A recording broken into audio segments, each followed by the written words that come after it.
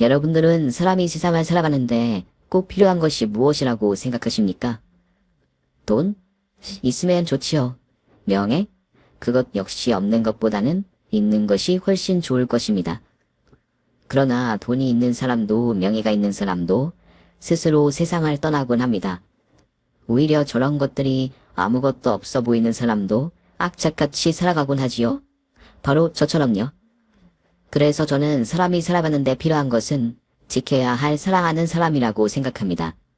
그리고 저에게 그런 존재는 바로 가족입니다. 저는 아빠와 둘만 있는 부녀 가정에서 자랐습니다.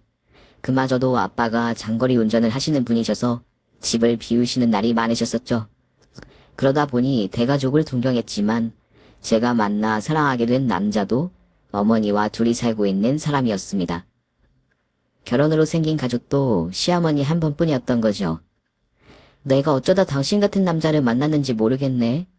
나는 정말 시할머니, 시할아버지, 시아버지, 시어머니도 계시고 시누나 시동생도 한 10명쯤 있는 집 남자를 만나서 복작복작하고 살고 싶었는데 말이야.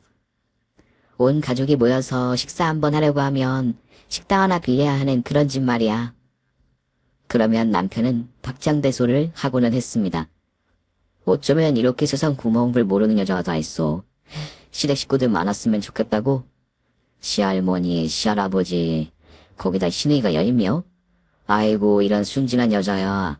당신이 시댁 식구들 경조사 챙기다가 허리가 휘고 통장이 통통 비어봐야 아 내가 아주 끝내주는 신랑을 골랐구나 할 거지.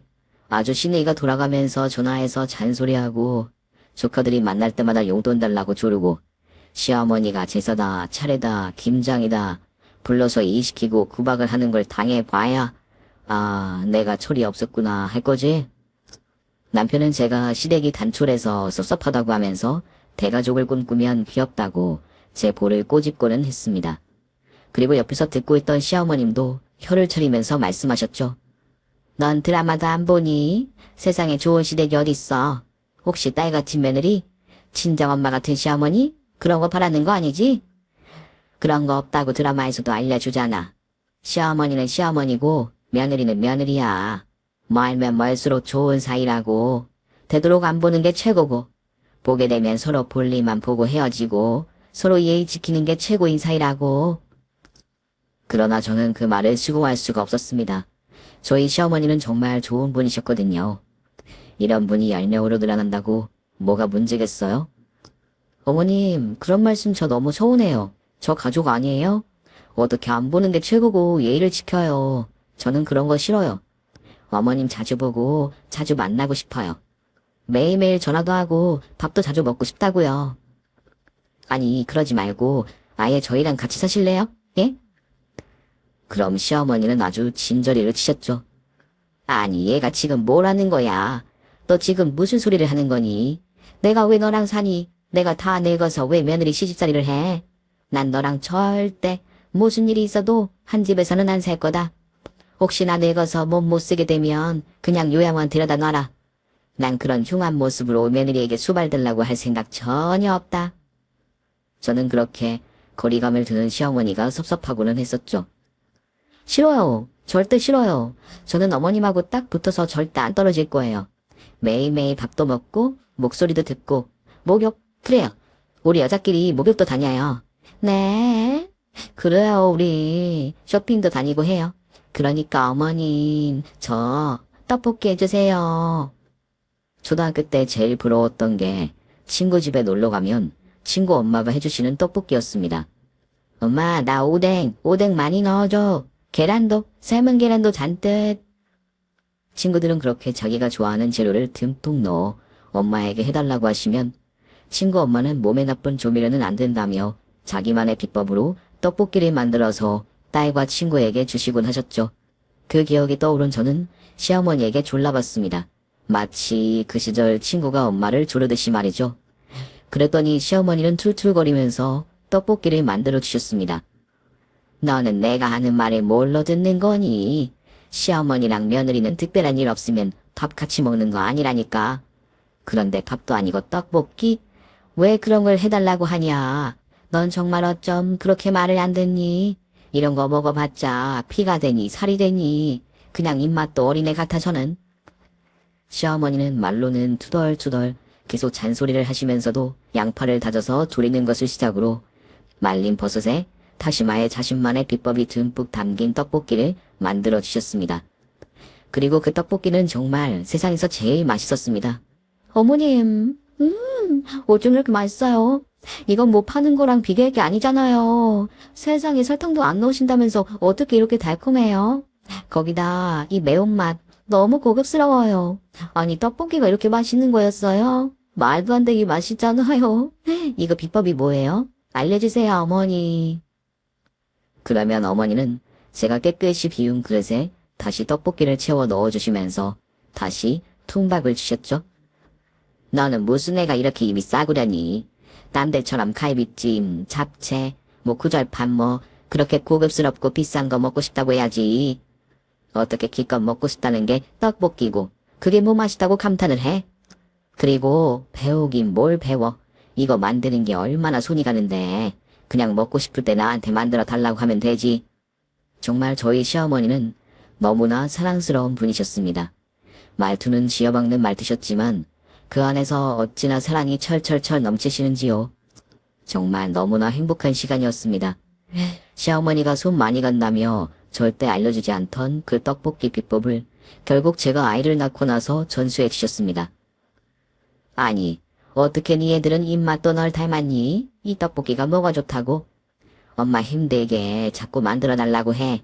그냥 귀엽고 이쁘다고 받아주니까 어리광만 늘지. 너 이러면 힘들어서 큰일 나. 딱 할 건 해주고 아닌 건 말아야지. 엄마가 무슨 모세니? 그나저나 이 떡볶이 내가 소스를 미리 만들어다 주면 좋은데 이게 하루 넘기면 맛이 변하는 소스라 네가 귀찮아도 만들어줘야겠다. 이거 우리 며느리 힘들어서 어쩌냐. 시어머니는 손자 손녀가 며느리를 닮아 떡볶이를 좋아하자 할 수 없이 그 손 많이 가는 비법을 알려주시고는 제가 만드느라 힘들까봐 걱정도 같이 하셨습니다.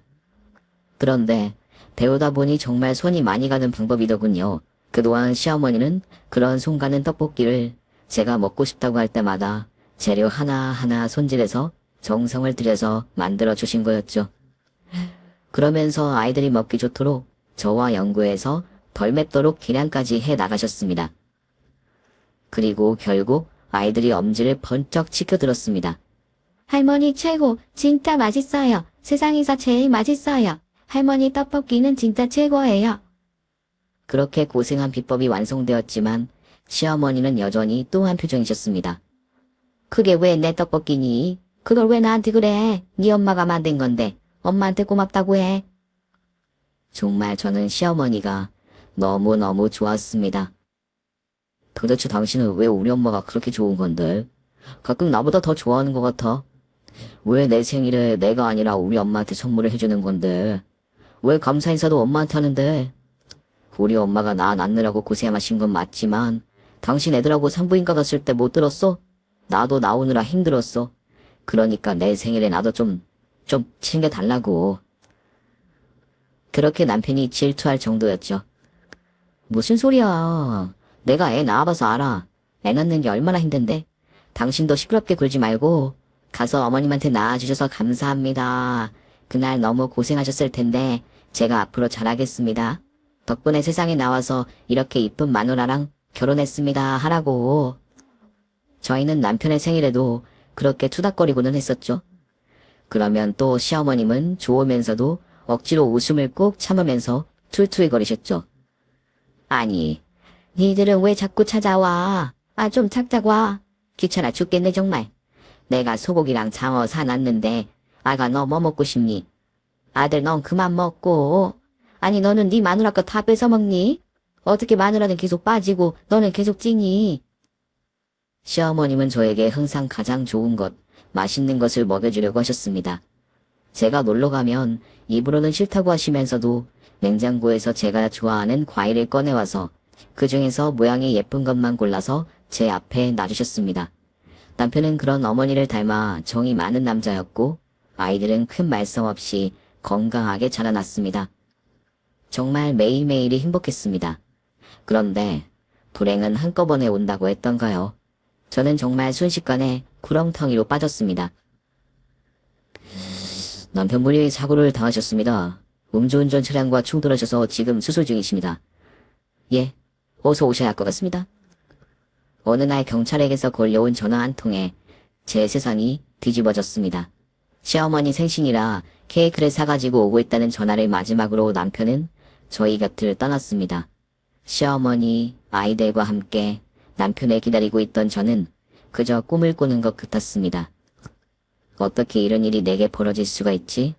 어떻게 저 사람을 내일 다시 볼 수가 없지? 그런데 저 사고를 낸 놈은 왜 감옥에 들어가지 않고 뻔뻔한 얼굴로 나에게 찾아와서 합의금을 줄 테니 탄원서를 써달라고 하지? 왜 병원까지 찾아와서 자기는 기억이 없다, 술이 왼수다 하면서 울고 있지? 정말 모든 것이 악몽 같더군요. 저는 끝까지 합의를 하지 않았습니다. 그깟 돈 때문에 소중한 내 남편을 뺏어간 그놈을 용서할 수가 없더군요. 덕분에 그놈은 감옥에 들어갔습니다. 긴 시간은 아니었지만 곱게 자란 놈이었으니 그 안에서 하루하루가 지옥 같겠지요. 그러나 그래도 그놈은 어느 순간 그 지옥에서 나올 수 있을 것입니다.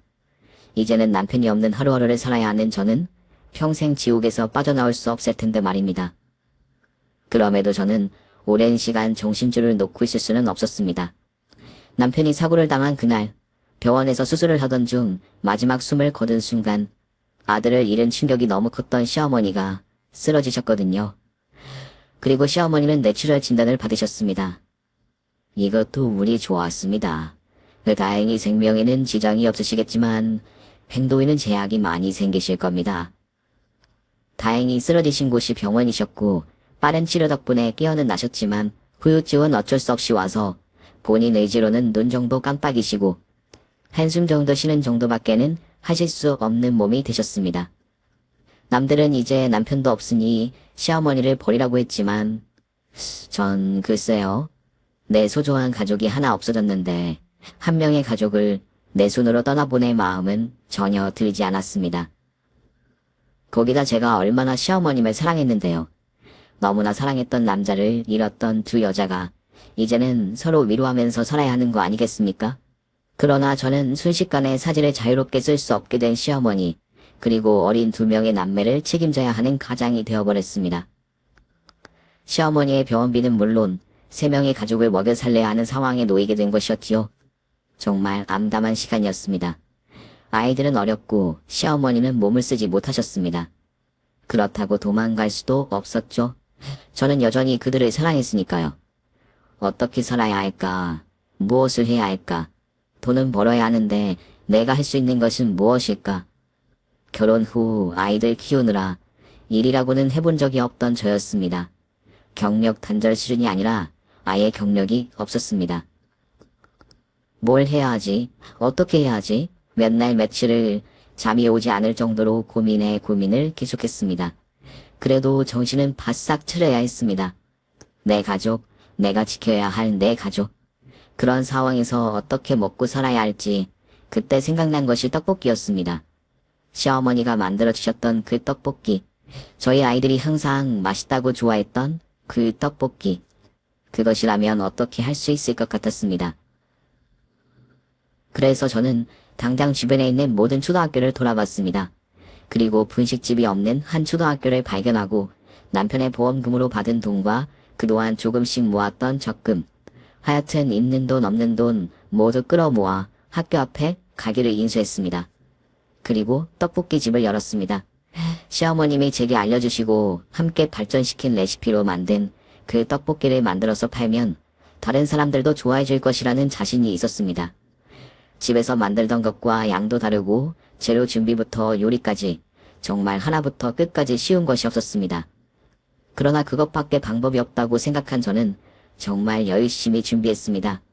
그리고 다행히도 걱정보다 장사는 잘 되었습니다.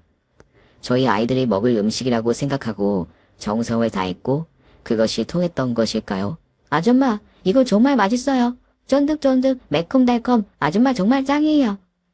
아줌마, 저 이거 싸주세요. 저희 엄마도 가져다 드릴래요. 너무 맛있어서 혼자 먹으니까 엄마한테 미안해요.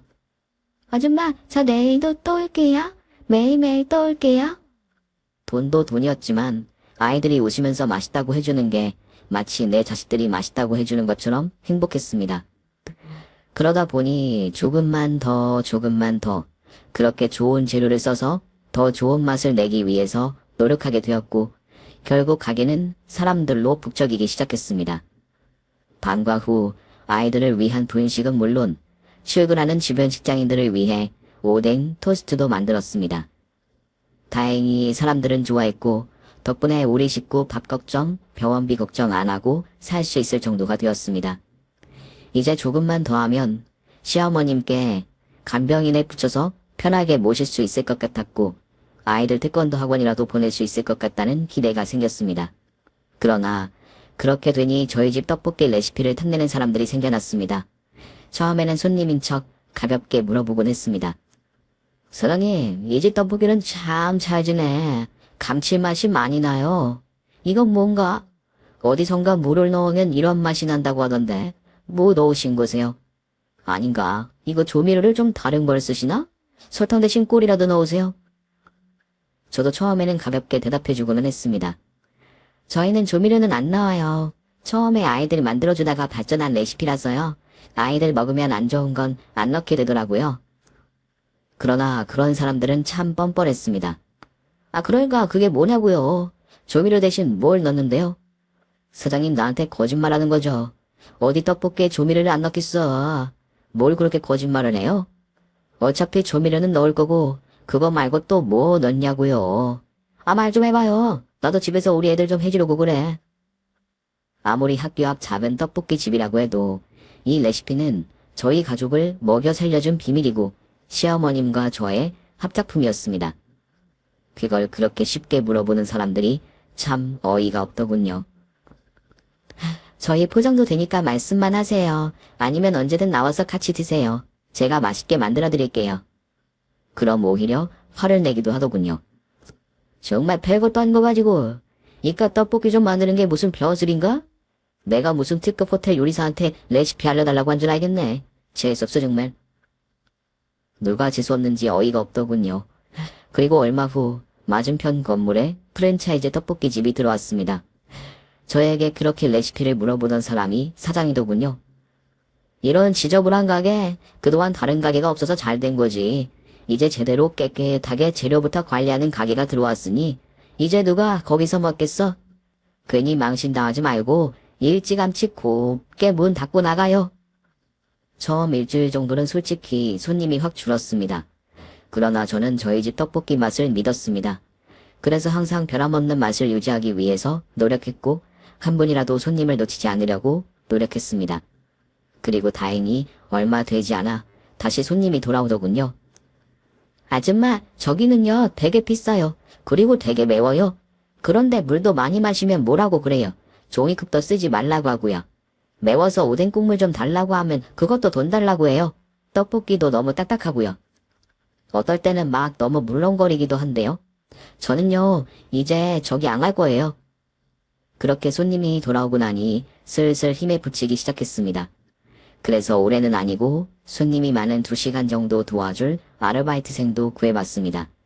그런데 그 아르바이트생이 가게에서 일한 지 3일째 손님이 없는 틈을 타서 잠시 시어머님을 보고 나오니 저희 집 소스를 다른 그릇에 옮겨 담고 있더군요. 학생, 지금 그거 뭐 하고 있는 거예요? 그러자 그 아르바이트생은 신경질이 난다는 듯 그릇을 저에게 던지고 밖으로 뛰어나가더군요. 알고 보니 맞은편에 생긴 떡볶이집 사장의 조카라고 하더군요. 저희 집 레시피를 훔치려고 했던 것 같습니다. 그저 소스를 가져간다고 알 수 있는 비법이 아니었는데 말이죠. 그 일이 있던 날 혹시나 싶은 마음에 남은 소스는 모두 쏟아버렸습니다. 통을 닦다 보니 그 안에는 요리 조각과 씹던 껌 조각이 들어있더군요. 제가 눈치채지 못했다면 손님들에게 그런 쓰레기가 들어간 재료를 사용해서 음식을 만들어 드렸을 것이라고 생각하니 암담하더군요. 제가 큰 돈을 벌고 있는 것도 아니고 우리 가족 먹고 살 만큼 그렇게 겨우 살고 있는데 왜 이렇게 못 살게 구는지 속상하기 그지없었습니다. 그러다 보니 도저히 사람을 믿을 수가 없어졌습니다. 원래는 하루 2시간 정도 손님이 적은 바쁘지 않은 시간에 아르바이트생을 쓰고 집에 돌아가 청소도 하고 집안일도 하고 시어머님과 아이들을 챙겼는데 이제는 도저히 그럴 수 없었습니다. 그래서 그 후로는 아무리 힘들어도 모든 일을 혼자서 하기로 결심했습니다. 그러나 그런 만큼 제 시간은 모두 가게에 올인해야 했습니다. 재료를 손질하고 맛있는 소스를 만들기 위해서는 많은 시간을 썼어야 했고, 그건 새벽부터 밤까지 계속되었습니다. 새벽 5시면 일어나서 재료 준비를 시작해야 했고, 장사를 마치고 돌아오면 저녁 8시가 훌쩍 넘어 있었습니다. 중간에 시간이 비면 후다닥 집으로 뛰어와서 어머님과 아이들이 먹을 식사를 준비해놓고 나가는 날의 반복이었습니다. 그러다 보니 정말 집은 엉망이었습니다. 아이들이 도와준다고 하며 세탁기를 돌려주거나 걸레질을 해주고는 했지만 아이들의 손이라 큰 도움이 되지 않았고, 저도 저 혼자 힘들면 된다는 마음이라 아이들을 힘들게 하고 싶지 않았습니다. 그래서 집에 오면 부지런히 청소도 하고 어머님도 씻겨드리고 아이들도 챙기고 싶었지만 까무룩하고 졸기 일쑤였고 그렇게 잠이 들어버리기도 했습니다. 점점 집이 지저분한 날들이 늘어갔지만 다행히 아이들은 이해해 주었고 착하게 지내주었습니다. 학교에 다녀오면 할머니 옆에서 공부도 하고 말동무도 해주었고 식사 준비도 도와주었습니다. 정말 너무 힘들었지만 그래도 버틸 수 있었습니다. 이렇게 힘든 것도 다 가족을 위해서니까요. 그러나 말 그대로 버티기만 했던 걸지도 모르겠습니다. 힘들게 가게를 정리하고 집으로 돌아와서 엉망인 집을 보면 미안한 마음 반, 힘든 마음 반에 울기도 많이 울었거든요. 그런데 어느 날이었습니다. 정말 말도 안 되는 일이 생겼습니다. 그날도 무거운 몸을 이끌고 집에 들어왔습니다. 그런데 집이 너무 깨끗했습니다. 정말 말도 안 되게 깨끗했습니다. 마치 반짝반짝 빛이 나는 것 같았습니다. 구석구석 먼지 하나 없이 청소가 되어 있었고 밀린 빨래는 모두 건조대에 널려 있었고 설거지도 깔끔하게 정리가 되어 있었고 냉장고를 열어보니 반찬들도 새로 만들어져서 가득 차 있었습니다. 이게 무슨 일이야? 설마 니들이 했을 리는 없고 할머니가 하셨을 리도 없는데 어떻게 된 거야? 누가 왔다 간 거야? 어머, 할머니 소변통도 비우고 닦았네? 뭐야? 혹시 누가 왔다 갔어? 아이들은 자기들도 모른다며 고개를 저었습니다. 혹시나 저희 집 사정을 알고 가끔 신경을 써주셨던 옆집 아주머님이 도와주신 건가 하는 생각이 먼저 들었습니다. 그래서 남은 재료로 다시 떡볶이를 만들어서 옆집을 찾아갔습니다. 아주머니 혹시 저희 집 왔다 가셨나요? 죄송해요. 제가 너무 지저분하게 썼죠. 청소도 되어 있고 반찬도 만들어져 있고 정말 너무 감사합니다. 그러나 대답은 아니라는 것이었습니다. 내가 어떻게 그 집을 들어가? 도와줄 일이 있으면 말하고 도와줬겠지. 애들만 있는 집에 허락도 안 받고 들어갔겠어? 나 그렇게 이상한 사람 아니야. 그 이야기를 듣는데 덜컥 겁이 나더군요. 가게에도 이상한 사람들이 드나들더니 혹시 집에도 그런 사람이 드나드는 건 아닌지, 만약 그런 거면 정말 큰일이었으니까요. 집에 있는 건 아직 10살도 되지 않은 아이들 둘과 제대로 움직이시지 못하시는 시어머님 뿐이셨는데 혹시라도 나쁜 마음을 먹은 사람이 집에 들어왔던 거면 말 그대로 큰일이었으니까요. 그래서 저는 몇 번씩 아이들을 다시 단속했습니다. 너희들 엄마가 한 말 꼭 지키는 거야. 문 단속 2번, 3번 잊지 말고 꼭꼭 하고. 누가 벨 눌러도 열어주면 안 되고 혹시나 이상한 사람이 찾아오면 바로 엄마한테 전화하고 알았지? 그리고 제발 누군가의 실수이길 바랬습니다. 누군가 저희 집을 지인 집으로 착각해서 한 번쯤 잘못 들어온 것이었으면 하고요. 그러나 다음날 집에 돌아왔을 때 시어머니는 목욕이라도 하신 듯 깨끗하게 옷도 갈아입고 계셨고 전날 널어놓았던 빨래들도 모두 개어져 서랍 속으로 들어가 있었습니다. 정말 누가 왔다 갔는지 몰라? 너네 언제 왔는데? 그때 이미 이렇게 깨끗했다고? 정말 그 신이 곡할 노릇이었습니다. 그때만큼 어머님이 말을 하지 못하시는 게 답답할 때가 없었던 것 같습니다. 저는 할 수 없이 자물쇠를 다른 것으로 바꾸고 혹시 몰라 비밀번호도 바꿨습니다. 예비키도 달았고요. 제가 함께 있어 줄 수 없는 상황에서 제가 할 수 있는 최소한의 안전장치라고 생각했습니다. 그러나 그 다음날도 집 비밀번호를 바꾸고 열쇠를 바꾸고 보조키를 달아도 매일매일 집은 깨끗하게 치워져 있었고 반찬들이 늘어나 있었습니다. 저는 경찰에 신고를 하기로 했습니다. 그러나 역시나 경찰도 해줄 수 있는 것이 없다고 하더군요. 그러니까 청수가 되어 있고 빨래가 되어 있고 환자 케어에 새로운 반찬이 만들어져 있다는 거죠. 그런 피해가 아예 없는 거 아닌가요? 뭐가 문제인 거죠? 경찰도 황당해하는 것 같았습니다. 저도 그래서 바로 신고하지 못했었거든요. 그렇긴 하지만 주인 허락 없이 집에 들어오는 것 자체가 범죄 아닌가요? 아이들하고 환자분만 있는 집이라서 너무 걱정이 돼서요. 그러나 경찰은 긍정적이기만 하시더라고요. 누가 좋은 마음으로 도움을 주려고 하시는 거 아닐까요?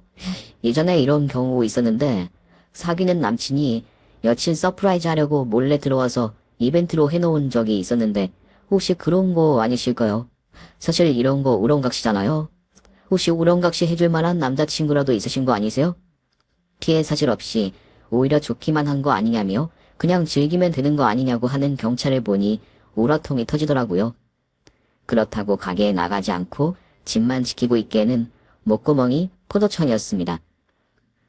경찰분은 계속해서 걱정하는 저에게 순찰하는 경찰들에게 눈여겨보라고 해놓는다고 했지만 여전히 심각하게 생각하지 않으시는 듯 했습니다. 아이들도 집이 깨끗해졌다고 좋아하고 시어머님은 뽀송뽀송해져서 개운해 보이셨고 찜찜해서 먹지 못하게 하는 반찬도 아이들의 고집을 부려서 먹더니 맛있다고 좋아하더군요. 이 상황이 불편한 건 저뿐인 듯 했습니다.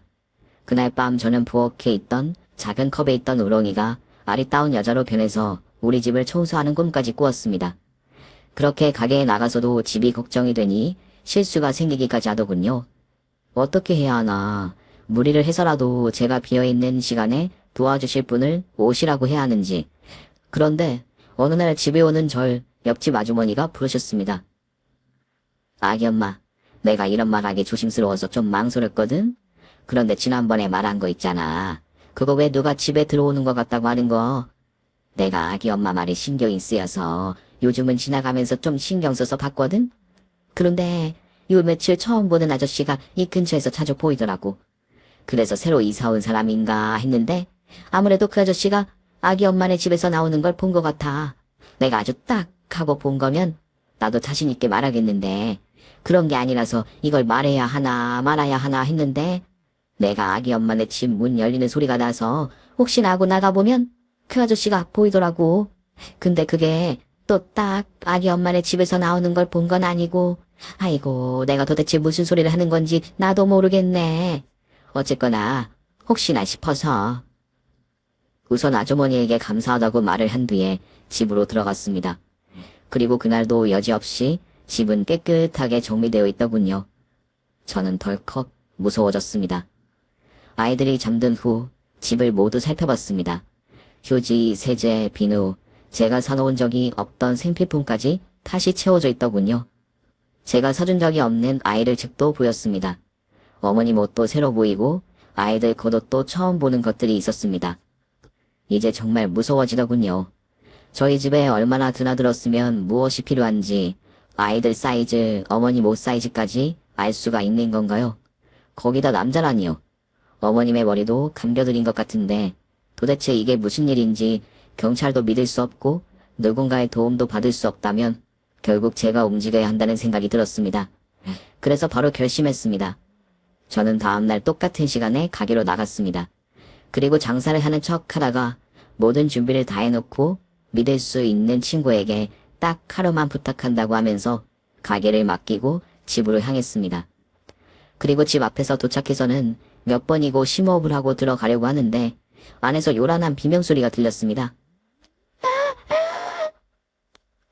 저희 막내가 고음으로 소리 높여 비명을 지르고 있었습니다. 너무 놀란 저는 더 이상 고민할 새도 없이 문을 열고 달려들었습니다. 그리고 집안의 모습, 분명히 처음 봤는데 익숙한 외모의 낯선 어르신이 저희 막내를 번쩍 들어서 모종을 태워주고 계셨습니다. 저는 놀라서 우선 막내를 빼서 안아들었습니다. 지금 뭐 하시는 거예요? 누구세요? 할아버지 누구신데 여기 계시는 거세요? 당장 나가세요. 그러자 저에게 안긴 막내가 저를 꼭 끌어안으면서 말하더군요. 엄마, 그러지 마. 우리 할아버지야. 할아버지한테 그러지 마. 난처한 표정으로 멀뚱하니 서 있는 큰아이. 거실에 편한 자세로 기대어 앉아 계시는 시어머니, 할아버지에게 다시 가려고 버둥거리는 막내. 이건 뭔가 했습니다. 미안해요. 놀라게 해서 미안해요. 내가 그래라던 게 아닌데, 그게 내가... 뭔가 사정이 있어 보였습니다. 아이들과 시어머님의 표정을 보니 다행히 나쁜 분은 아닌 것 같아서 저는 놀란 가슴을 진정시켰습니다. 그리고 다시 한번 물어봤습니다. 누구세요? 그 어르신은 저와 시어머니, 아이들을 번갈아 보시면서 눈치를 보는 듯 하더니 말을 시작하셨습니다. 그게 내가 이 애들의 할아버지입니다. 이 애들 아빠가 내 아들입니다. 이게 무슨 소린가요? 애들 아빠라면 저희 남편의 아버지. 예, 그분은 제 시아버지였습니다. 남편이 살아있을 때 시아버지에 대해서 물어본 적이 있지만 불편한 데 피해서 사정이 있으려니 하고 더 물어보지 못했습니다. 그래서 돌아가신 거라고 저 혼자 생각하고 있었습니다. 놀라게 해서 미안해요. 내가 먼저 인사하고 허락받고 드나들었어야 하는데 어쩌다 보니 이렇게 됐네요. 미안해요. 그날 처음 만난 시아버지에게 들은 사정은 이랬습니다. 내가 못난 사람이라 일이 이렇게 됐습니다. 나는 이 사람을 너무 사랑했어요. 평생 행복하게 해주겠다고 약속하고 결혼을 했지요. 언제까지 지켜주겠다고요. 그런데 그건 제 마음뿐이더군요. 저는 열심히 일해서 좋은 음식, 좋은 옷, 많은 선물을 사주고 사랑해주면 그걸로 되는 줄 알았던 못난 남편이었습니다. 아들을 낳고 점점 살이 빠져가고 얼굴이 어두워지는 이 사람을 보면서도 그저 아이 키우는 게 힘든가 보다 제대로 물어보지도 않았던 사람이었어요. 시아버지의 가족은 제가 그렇게 바랬던 대가족이었습니다. 시아버지는 아들 사랑이 지극하신 부모님은 물론 위로 5명의 누님이 계셨다고 합니다. 예, 시아버지는 아들 귀한 집에 4대 독자셨던 거죠. 그러다 보니 신우들은 물론 고모들도 잔뜩 말 그대로 손이 여자 친척만 잔뜩인 그런 시댁이었던 거죠. 덕분에 시아버님은 가족의 사랑을 듬뿍 받고 자라셨고 그래서 본인을 그렇게 사랑해주던 가족들이 자신이 사랑하는 사람, 자신의 부인, 그러니까 제 시어머니를 구박하고 있을 거라고는 정말 단 한순간도 생각하지 못했다고 합니다. 그런데 어느 날 시어머니 몸에서 작은 멍자국을 발견했다고 합니다. 이게 뭐야? 이게 무슨 멍이야? 처음에는 시어머니가 넘어졌다는 말을 믿었다고 합니다. 어디에 부딪혔다고 하고 아이가 깨물었다고도 하고 아이가 장난으로 꼬집었다고도 했고요. 어떨 때는 머리를 너무 잡아당겨서 빠졌다고 했고요. 그런데 그렇다고 해도 몸의 상처는 계속 늘어가고 얼굴에는 그늘이 들어가고 여하튼 그런 빈도가 너무 많아지자 아무래도 이상한 마음이 들었다고 하십니다. 그래서 도대체 무슨 일인지 어느 날 회사에 가지 않고 몰래 집 근처에 숨어서 상황을 봤다고 합니다. 너는 도대체 귓구멍이 막힌 거야? 도대체 어떻게 된 게 말귀란 걸 알아듣지를 못해. 머리가 나쁜 거야? 이 머리가? 아니면 몸이 둔한 거야? 이 몸뚱이가 쓸모가 없는 거야? 도대체 어떻게 이런 게 우리 집에 들어온 거야? 야, 너 주제 파악이 안 되니? 우리 동생이 살아주면 매일매일 감사하고 고마워하라고 했지? 그런데 어떻게 된 게 이렇게 뻔뻔해? 아이가 어려서 힘들어? 피곤해? 이게 미쳤나? 어디 정신 못 차리고 조이긴 줘라. 집안 꼴이 이따위고 아직 남편 저녁 준비도 못했는데 잠이 와? 잠이 오냐고? 반찬은 이게 뭐냐고? 내가 매일매일 밑반찬 새로 만들라고 했지. 국하고 찌개는 다른 거니까 신경 쓰라고 했어 안 했어? 청소를 이따위로 해놓고 어딜 우리 귀한 5대 독자를 바닥에 내려놔. 너 아주 오늘 죽어볼래? 그리고 그날 시아버지의 누나들이 시어머니를 둘러싸고 때리고 꼬집고 머리를 잡아당기면서 발로 차기까지 하는 모습을 목격하게 두신 거죠. 시아버지는 그 끔찍한 광경에 모든 진실을 알게 되셨고 그런 누나들 앞에서 집안 살림을 다 부숴버리면서 화를 내셨다고 합니다. 내 마누라 괴롭히지 말라고, 건드리지 말라고요. 그러나 그러고 난 후에도 시어머니를 괴롭히는 가족들의 행동은 멈추지를 않았던 거죠. 아니, 오히려 더 심해졌다고 합니다. 도대체 네가 어떻게 했길래 우리 아들이 너한테 이래? 우리 아들이 이런 아들이 아니었다. 그런데 너 때문에 변한 거야. 이 여우 같은 년, 이 쓰레기 같은 년, 이 걸레 같은 년. 왜 이런 년이 우리 집안에 들어와서 우리 아들을 홀려놓은 거야? 이년아, 당장 떨어져 나가라. 당장 내 착한 아들 돌려놓으란 말이다. 가족에게 한 번 더 기회를 주고 싶었던 시아버지는 결국 시어머니를 데리고 잠적하기를 택했다고 합니다. 인연을 끊으시려고 한 거죠. 그러나 옛날을 그랬다고 합니다. 부모가 아들을 찾으면 찾아줬다고요. 동사무소에 부탁을 해놔도, 경찰에 부탁을 해놔도, 집안일은 집안에서 해결하라면서 부모님께 주소를 알려줬고, 어떨 때는 오히려 경찰이 부모님을 모시고 시부모님이 몰래 지내고 있는 곳을 찾아오기도 했다고 합니다. 그러다 보니 시부모님이 어디로 이사를 해도 찾아내서는 다시 찾아와서 괴롭힘은 더해진 거죠. 결국 시아버지가 할 수 있는 선택은 딱 하나 남았던 거죠. 이혼. 여기 이혼 서류입니다. 이제 이 사람하고 저는 남입니다. 저는 이 순간 이후 이 사람과 아이 앞에는 절대 나타나지 않을 겁니다. 연락도 안 할 겁니다. 그러니 이제 아버지, 어머니, 그리고 누님들도 이 사람이나 아이 앞에 나타나지 마세요.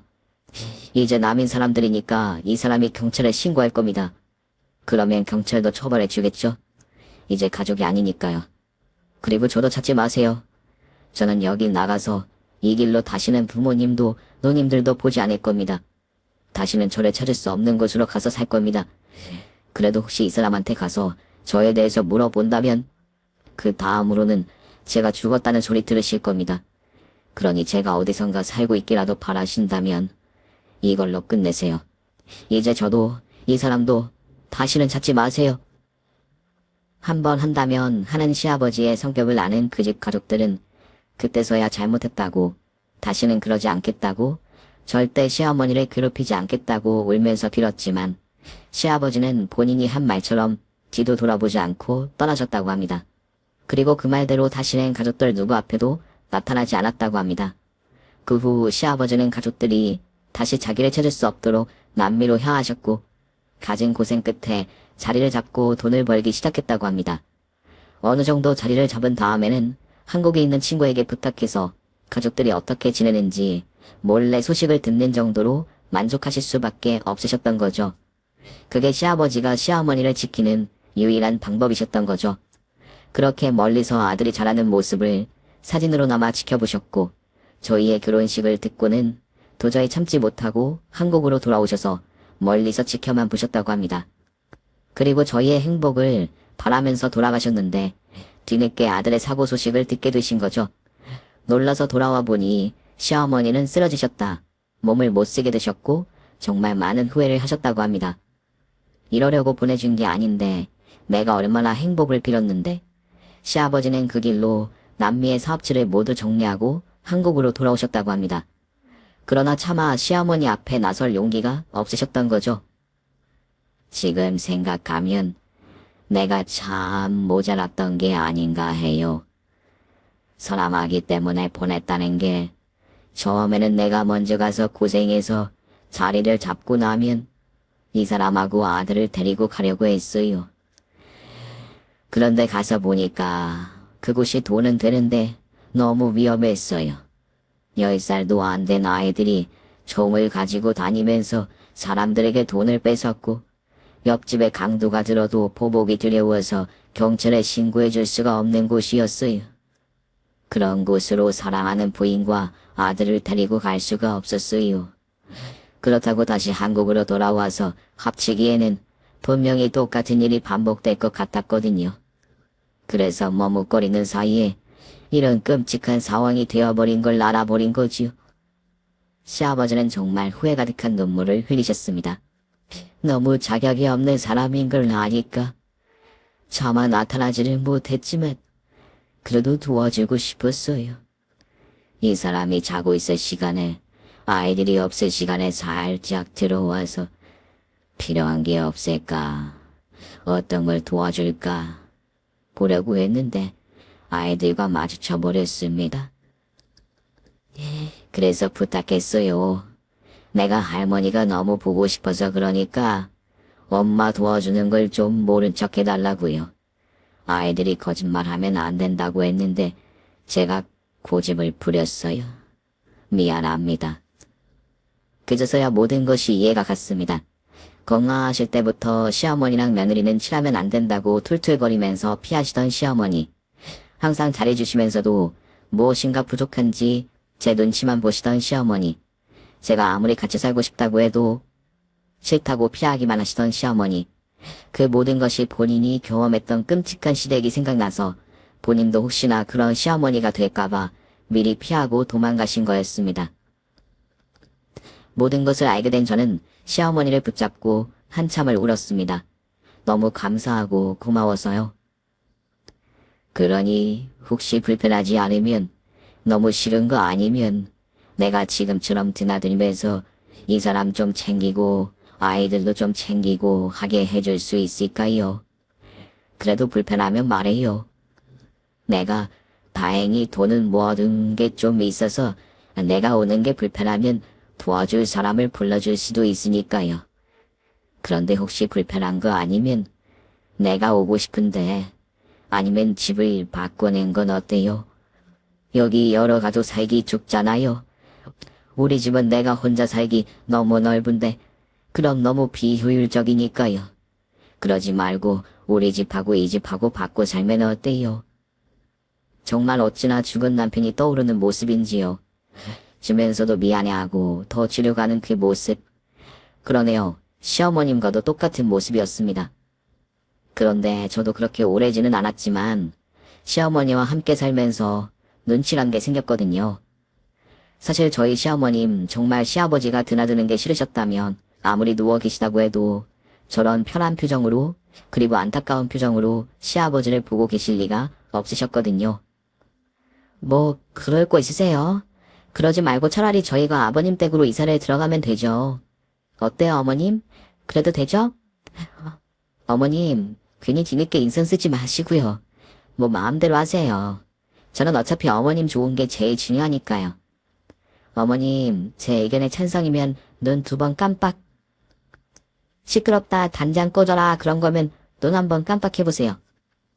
시아버지는 불안한 듯 시어머님을 쳐다보셨고, 시어머님은 살짝 시아버지를 때려보시는 듯 했지만 살포시 눈을 2번 깜빡이셨습니다. 어머님도 찬성이시네요. 그럼 저희 지금 짐 쌀까요? 저희는 그렇게 다시 새로운 가족이 늘었습니다. 시아버지가 시어머님을 챙겨주시는 동안 저는 마음 편하게 일할 수 있을까 하는 기대 정도가 있었는데, 시아버지는 정말 엄청나게 돈이 많은 분이시더군요.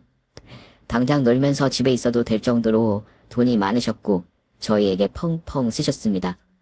그러나 집에서 놀기에 저는 이미 저의 떡볶이를 좋아해 주시는 분들도 많아지셨고, 돈 버는 재미도 알게 된 저는 그냥 어느 정도 일을 하고 싶다고 했고, 덕분에 저는 시아버지가 사주신 고급 외제차를 몰고 분식집에 출근해서 소스를 만들어 놓고는 시아버님이 구해주신 믿을만한 알바생들에게 일을 맡긴 뒤 퇴근해서 아이들을 돌보고 있습니다. 시어머님을 누가 돌보느냐는 문제로 시아버지와 경쟁을 하게 되는 일이 여전하지만, 그래도 이제는 시어머님을 마음 편히 모실 수 있게 된 것에 감사합니다. 시아버님은 여러 병원과 한의원, 재활 전문가들을 찾아다니시면서 어머님 몸을 치료하고 계시고, 덕분에 이제는 어느 정도 말도 할 수 있게 되셨습니다. 물론 남편이 곁에 없으니 모든 것이 똑같지는 않겠지요. 그래서도 안 되고요. 하지만 이제는 조금은 마음을 놓고 행복하게 살아가고 있습니다. 그리고 지금 이럴 수 있는 건 모두 제 곁에 가족이 있었기 때문이라고 생각합니다. 그러니 여러분, 혹시 지금 힘든 일이 있더라도 조금만 기운 내세요. 당신 옆에 가족이 있다면 언젠가는 모든 것이 행복으로 보답할 테니까요.